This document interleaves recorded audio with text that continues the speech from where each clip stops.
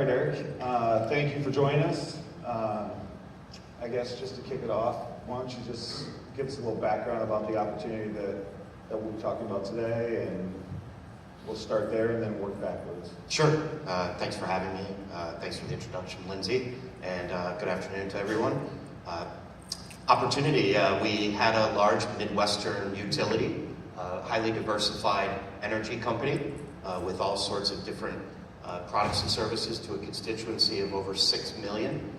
Had an aging infrastructure for their contact center, had a pending renewal in about 18 months, and had a very disjointed, very parochial workforce management platform, spreadsheets, to manage thousands of agents. It was quite an endeavor for them. They knew that it was time to make some decisions. Yeah. And it was a matter of where do we begin, how do we do it, and who do we select? Yeah. How do we find leads like this? Stepping back to kind of referrals, lead sources, you and I spoke previously about this. Can you talk a little bit about how you got into this opportunity and what that looks like from lead sources and how you go about, versus today, not everybody's out there just cold calling and hitting on doors and, grinding the hardest way into deals. How did you get into this type of opportunity? What's your kind of overall theory and approach to finding opportunities similar to this? Sure. So Alan mentioned in his keynote that persuasion is reciprocity. And ultimately, at CDW, we were able to work with our account managers, and they were our referral partners. We were able to work with these folks, and we had to show them we knew what we were talking about. We had 2 eyes, not 3, that we would listen to their customers and make them look good. And the reality is in the real world, it's no different. We all have an agenda. We're all trying to solve a problem, hit a goal, put in a new system. And so there are different types of referral partners, in our opinion. One are folks that have a similar interest. Perhaps it's a vendor rep who needs to accelerate a sales process. Perhaps they need to accelerate implementation. Perhaps a customer needs help figuring out what are our requirements, what are our non-negotiables, how do we align our business units internally. And so there is a quid pro quo in that type of an arrangement where I do something for you, I help you get your deal closer to close, and you bring me into an opportunity that perhaps I wasn't already in. In addition, there's opportunity for paid referrals. So our business is 4 years old this month, and we were investment light.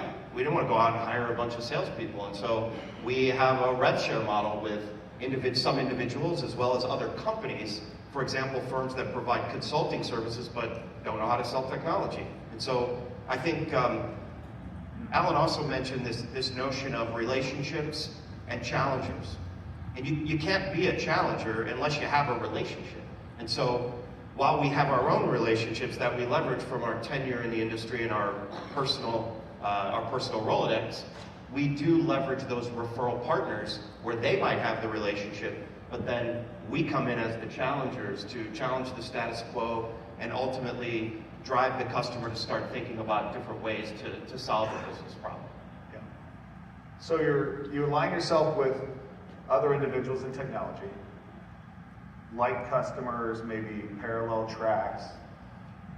They see you as an expert, they understand that you're going to give back to them, reciprocate opportunities, and kind of protect the larger deal to not bring in competition, which is super important, right? In this industry, I think there's a lot of times you let somebody else handle the opportunity, and then you just brought competition into the deal. So this one, you've now seen the opportunity, the door's open.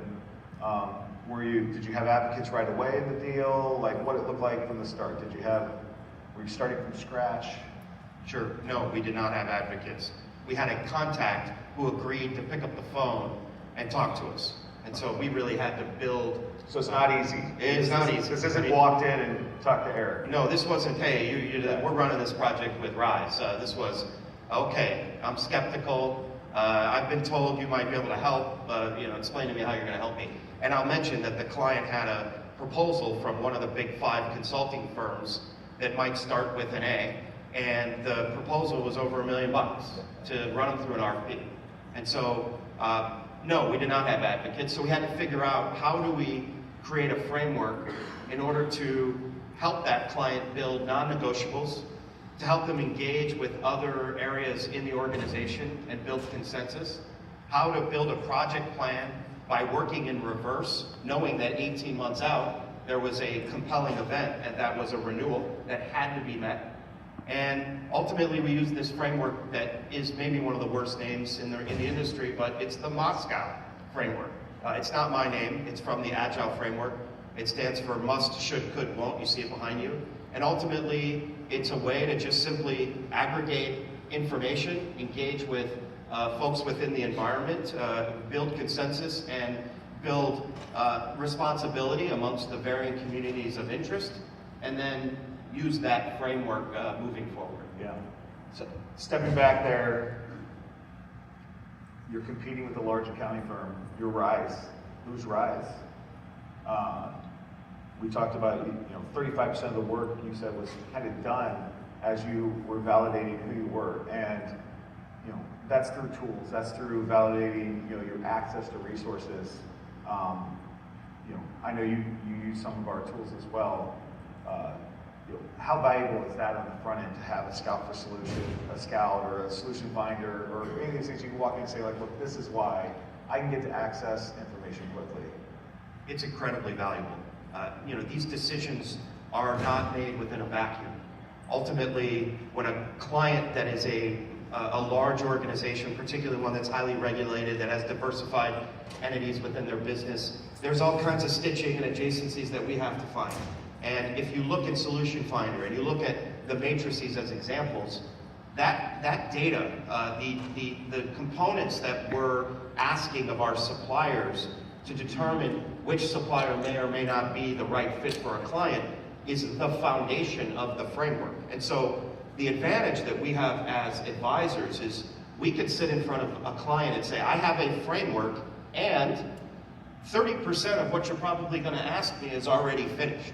And that 30% comes directly from tools in Solution Finder and the matrices, which are the things our clients are ultimately thinking about when they're going to make these decisions. And so as long as we have a framework and we stay within that framework and we engage the client how they want to engage, they added to the non-negotiables. I don't know about the regulatory components of a union contract for contact center agents, but I found out because through the conversations around these non-negotiables that I had pre-prepared, thanks to things like the matrices and Solution Finder, ultimately helped us have that conversation, drove collaboration, and most importantly, credentialized me and Rise as the right partner for that customer. So we take this deal, we take it through Moscow, we're reaching late stage of a sales process. Can you kind of take us home and how do you get that across the finish line? What are the pitfalls at the end? How do you make sure that you're insulating yourself with all the right decision makers? And ultimately, how you guys won this deal? Yeah, so for us, it was making sure that we aligned with each of the varying entities within the organization. These decisions aren't made by a decision maker. And I think we're all finding that as projects get bigger, organizations get broader, and technology becomes more complex, these decisions are made by committee. There are all sorts of folks that are involved in it. And we felt very confident going into the RFP because the actual form that the client asked the suppliers to fill out was the Moscow. It was literally the document that we prepared together.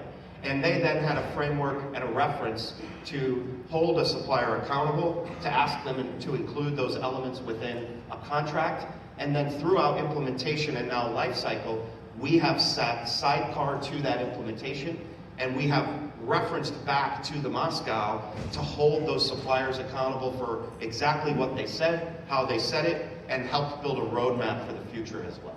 Great. Reciprocity, tools, guiding the customer through the process. sounds like a great win. It was a great win. I would tell all of you, you have the right resources. Have an opinion. That's what your clients want. Challenge them and provide a framework, either a large one or a small one, and stick to it, and it'll help support you every time. Congratulations on all your success. Thank you. Appreciate it.